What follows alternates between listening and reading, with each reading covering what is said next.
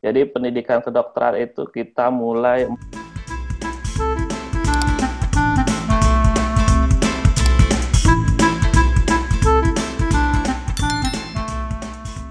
Ya, selamat siang, sahabat literasi. Terima kasih untuk tetap stay tune di podcast kita, Literasi dan Komunikasi.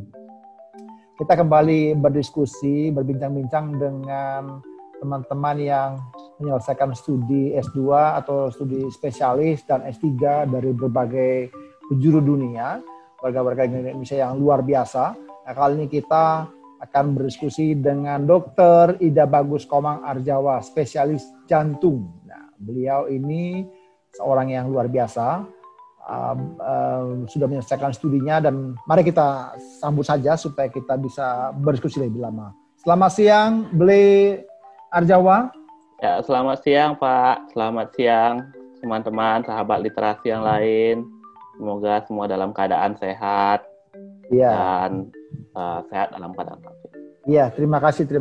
Ini kita di tengah-tengah pandemi ini kita banyakin juga diskusi-diskusi untuk bisa menggali terus ya, atau menyemangati orang-orang lain, teman-teman lain begitu. Nah, saya panggil Beli ya, boleh ya? Beli, kemarin studinya ya, di mana? Studi spesialisnya kedokteran di mana, dan kira-kira di negara mana, kemudian ambil prodi apa? Oh ya. Jadi saya itu untuk spesialis itu ngambil di Universitas 11 Maret ya, Pak ya. Jadi 11 Maret itu letaknya di Solo, di Jawa Tengah. Ya? Baik. Lalu saya mengambil prodinya itu spesialis jantung dan pembuluh darah. Jadi kepanjangan dari SPJP itu spesialis jantung dan pembuluh darah. Itu saya tempuh sekitar 4,5 tahun pendidikan di UNS. Iya, 4,5 tahun ya, itu memang cukup cukup meluangkan waktu ya. Nah, selama studi gimana Beli? Apakah juga bawa keluarga untuk studi atau bagaimana? Atau sendiri? Nah, selama studi ini awalnya saya sendiri. Kan waktu awal studi saya masih lajang ya. Lalu setelah 3 semester, saya rasa juga kegiatannya juga sudah mulai bisa saya atur. Karena kalau pendidikan spesialis itu yang sangat sibuknya itu di awal-awal pendidikan gitu ya. Jadi pada semester ketiga sudah agak lowong, itu saya memutuskan menikah. Jadi supaya ada yang menemani, terus istri saya ajak tinggal di Solo dan menemani sampai saya selesai pendidikan selama 4,5 tahun. Oke, menarik ya. Artinya memang ada penyemangat lah ya. Memang dibalik orang yang berhasil tuh Beli, ada istri yang di belakang yang Beli. Cakep gitu ya. Harus ada support supaya tidak jenuh menjalani pendidikan. Betul. Karena memang studi ini kan bukan hal yang mudah juga ya, tapi juga bukan hal yang menakutkan ya Beli ya. Iya. Ya, jadi memang kalau pendidikan kedokteran itu, ini namanya pendidikan klinis ya, agak berbeda dengan pendidikan strata pendidikan yang lainnya gitu. Jadi kalau pendidikan spesialistik itu memang hampir full time waktu kita di rumah sakit untuk mengurus pasien seperti itu. Dia harus ada penyemangatnya lah untuk menjalaninya. Oke, menarik. Nah, kalau boleh tahu nih Beli, kenapa sih Anda itu pilih ke UNS Solo dan sekaligus juga ambil prodi itu Beli? Kok nggak kampus lain? Nah, oke, siap. Jadi kalau UNS itu universitas yang sudah cukup dikenal ya di Indonesia. Peringkatnya juga bagus. Lalu juga kenapa saya memilih jantung? Ya karena memang ahli jantung di Indonesia ini tergolong masih sedikit ya kalau saya lihat, dan memang penyakit yang paling tinggi persentasenya yang mengakibatkan kematian di dunia itu dan angkanya naik terus itu ya penyakit jantung. Jadi karena itu saya tertarik untuk mendalami jantung. Selain itu angka kejadian kedaruratan di jantung itu ya membutuhkan penanganan cepat itu juga sangat tinggi persentasenya, sehingga saya rasa masih banyak diperlukan ahli-ahli jantung di seluruh Indonesia untuk bangun kesadaran masyarakat tentang pentingnya kesehatan jantung. Seperti itu.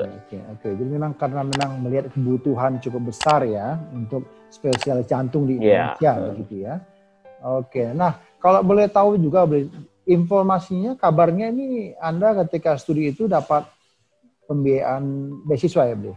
Boleh tahu Bli dari mana dan bagaimana cara Anda mendapatkannya? Ya kebetulan pada saat itu, saat saya sekolah itu disupport penuh oleh LPDP ya, Lembaga Pengelola Dana Pendidikan. Jadi lembaga yang bernaung di bawah Kementerian Keuangan yang memang rutin memberikan beasiswa tiap tahunnya, seperti itu. Nah, salah satunya yang menjadi pendidikan yang menjadi salah satu mendapat beasiswa pada saat itu adalah yang pendidikan PPDS ini. Gitu.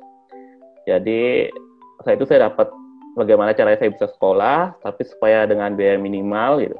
Kan tahu sendiri pendidikan dokter itu panjang. Jadi saya mencari ya bagaimana bisa mengeluarkan biaya yang minimal. PPDF apa tadi? Saya cari-cari. PPDS itu program pendidikan dokter spesialis. Gitu. Oh, PPDS. Program jadi pendidikan dokter spesialis. Ya. Jadi ada yang spesialis obgyn, spesialis penyakit dalam, anestesi. Nah, kalau saya pendidikan spesialis jantung. Jantung ya. Jadi kalau tahu kabarnya dari LPDP itu ya pada saat itu saya senang searching sih. Saya senang berusaha nyari kesempatan. Kadang kan orang itu bukan yang paling pintar yang bisa ya, tapi yang pintar mencari peluang kalau menurut saya. Betul. Peluang dan tidak menyerah, kayak kita cari-cari aja. Betul. Nah, ketemulah seperti ini. Dan pada saat itu pas sekali ada bukaan untuk peluang untuk PPDS jantung. Jadi saya apply di LPDP. Oke, menarik ya, menarik. Nah, kira-kira risetnya Dokter Arjawa ini seperti apa, Dok? Boleh sharing dong, Dok, supaya menginspirasi teman-teman.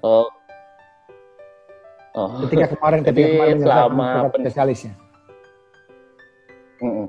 Jadi saat riset yang saya tekuni pada saat itu saya tertarik pada serangan jantung akut ya.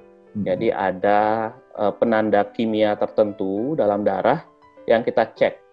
Itu untuk melihat apakah itu berhubungan nggak peningkatan enzim tersebut dengan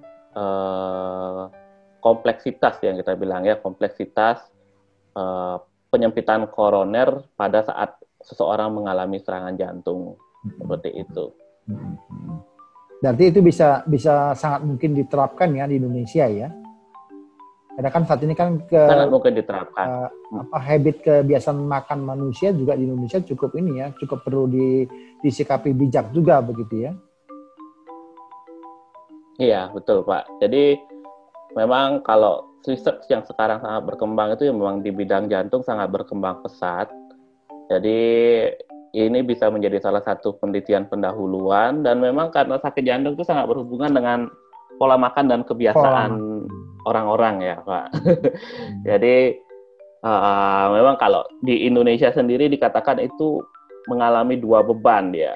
Jadi beban satu yang penyakit infeksi belum kelar-kelar, yang kedua penyakit metabolik yang seperti penyakit jantung, diabetes, stroke itu juga angkanya juga tetap tinggi seperti itu. Jadi ya memang perlu edukasi lebih lagi kepada masyarakat kita untuk menjaga kesehatan dan pola makan. Oke, menarik ya. Nah, kira-kira dari pembelajaran yang Dr. Arjawa lakukan, dari riset yang kemarin lakukan tentang keterkaitan dengan jantung gitu ya, jantung dan pembuluh darah, itu apa suka duka yang dihadapi, Dok? Kan mengingat kita kalau studi ini kan nggak mudah juga, artinya kan Anda kan harus tinggalkan daerah Bali ya, pergi ke Solo. Iya. Itu kan juga harus melakukan riset, harus juga diam studi. Itu apa nih Dok, suka dukanya? Jadi artinya gini, teman-teman kita hadapkan pada fakta yang jelas bahwa ketika Anda studi, ada jangan pikir suka duka, sukanya aja, tapi juga ada duka yang memang harus lewat bersamaan gitu ya. Monggo Dok. Iya Pak. Jadi buat teman-teman sendiri, mungkin mungkin banyak gambaran yang agak awam ya kalau tentang pendidikan kedokteran itu. Jadi pendidikan kedokteran itu kita mulai 4 tahun di S1, itu ya biasa eh, lecture, terus kita tugas, kita diskusi, lalu ditambah 2 tahun itu kita namanya koas kalau di Indonesia ya. Jadi kita belajar praktek sebagai dokter, kita praktek di rumah sakit, ya sambil di bawah bimbingan dokter-dokter ahli. Lalu setelah itu kita istilahnya internship ya. Internship itu bekerja mandiri sebagai dokter, tapi masih dibiayai oleh negara sebagai ya untuk pengenalan awal lah seperti itu. Nah setelah internship, kembali karir dokter tuh bisa bercabang nih. Ada yang ke manajemen bisa, ada yang menjadi dokter umum dulu. Nah kalau saya sendiri pada saat itu memilih buat lanjutkan studi lagi, yaitu pendidikan spesialistik gitu. Nah, pendidikan spesialistik ini berbeda dengan pendidikan S2 yang lain gitu. Jadi, saya istilahnya itu lebih banyak di rumah sakit, bukan lebih banyak, hampir penuh waktu saya di rumah sakit untuk mempraktekkan ilmu saya kepada pasien, gitu. Merawat pasien dari awal masuk, terus merawat, memulangkan.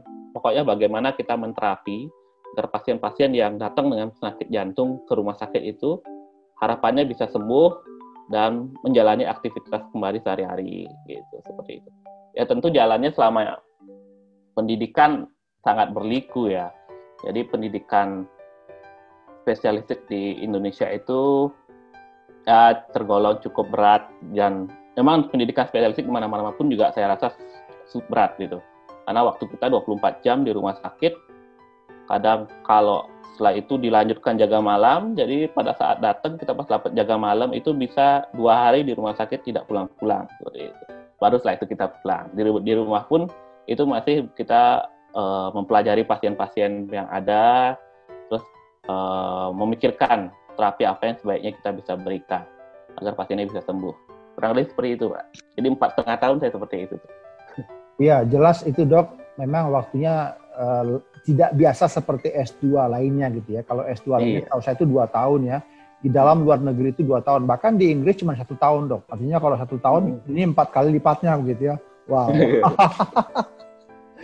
Oke. Ini menarik karena memang banyak mungkin teman-teman yang saat ini kan dalam konteks Indonesia di tengah pandemi ini kan kita lihat ya banyak ID juga menyebutkan bahwa kita kekurangan dokter gitu ya. Harapan kita teman-teman yang memang punya semangat pengen jadi dokter, mungkin ini kesempatannya kali studi, mereka bisa mendalami hal-hal yang lebih spesifik lagi ya, seperti dokter Arjawa begitu ya. Nah, kira-kira dok, kalau kemarin dokter ke ini kan dari LPDP begitu, itu kalau boleh tahu bagaimana cara dokter bisa dapat ke itu dok? Ada strateginya nggak dok? Tipsnya? Iya, siap. Jadi kalau saya lihat dari tahun ke tahun tuh syarat LPDP itu berubah-ubah terus ya. Jadi dia ada tes tambahan kadang. Jadi kalau saran saya ya kita baca panduan terbarunya, lalu lengkapi persyaratan-persyaratannya. Jadi kalau saya pribadi pada saat itu kan karena dalam negeri, jadi tidak persyaratan untuk TOEFL-nya juga tidak terlalu tinggi, lalu tidak pakai letter of acceptance, itu kan agak berbeda ya. Kalau di dalam negeri itu kita tes dulu, baru ada pengumuman. Dan kan kalau di luar negeri itu yang saya tahu, yang saya baca-baca itu bisa apply, bisa kita melamar dulu nanti bisa diterima seperti itu. Jadi seperti itu saya dapat info di web, ya saya ikuti semuanya, saya cari TOEFL, ya saya latihan juga di bahasa, saya latihan sendiri.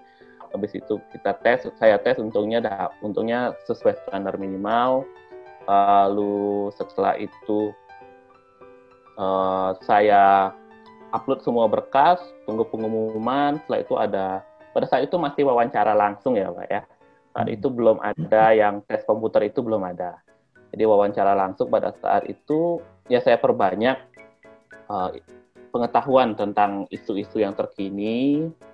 Lalu diwawancara langsung, ditanya segala macam, ya syukurnya diterima juga pada saat itu. Dan karena memang pada saat itu prioritas untuk kesehatan, pendidikan di bidang kesehatan itu masih diprioritaskan untuk melanjutkan pendidikan di tes FPDP pada saat itu. Berarti nanti Dr. Arjawa juga ada rencana untuk S3, Dok? S3 ya saya kerja dulu lah, Pak. Nanti kalau ada rezeki, ada jalannya ya semua pasti kan pingin sekolah dulu. Ya, artinya memang itu kan juga satu penyemangat ya, bahwa tetap kita akan mendedikasikan juga ilmu yang sudah didapatkan ya, gitu. Oke, Dok, kira-kira apa pesan Anda nih kepada para sahabat literasi ketika mereka menonton acara ini, podcast ini, teman-teman juga jadi terstimulasi untuk ikut jejak Anda? Oh ya, buat teman-teman sahabat literasi, jadi apapun yang Anda inginkan, apapun yang Anda cita-citakan, itu yang pertama, Anda tidak boleh nyerah, itu yang pertama ya.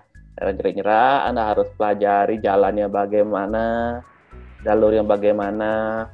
Nanti yang penting kalian berusaha kuat, itu nanti akan dibukakan jalan oleh Tuhan. Itu yang saya alami selama ini. Yang penting kita berusaha, fokus pada tujuan kita, nanti akan Tuhan mengarahkan kemana jalan kita, seperti itu. Itu aja yang saya sampaikan. Oke, terima kasih Dokter. Nama lengkap beliau ini luar biasa loh. Dr. Ida Bagus Komang Arjawa, spesialis jantung gitu ya. Jadi terima kasih Dokter, kita sudah berbincang-bincang. Sahabat literasi, ini menjadi satu pembelajaran kepada teman-teman semua yang ingin meneruskan studi ya. Ada Dr. Arjawa yang mengambil studi spesialis kedokteran, ada juga yang untuk S2 dan S3. Mari teman-teman kami dorong untuk terus mencari ilmu yang sebanyak mungkin, banyak tersedia beasiswa. Hanya memang yang perlu kita sikapi seperti kata Dr. Arjawa tadi, kita jangan menyerah dan coba terus. Oke, terima kasih teman-teman, terima kasih Dr. Arjawa, terima kasih teman-teman. Saya Raja Nabi Tupulu pamit undur, salam sehat.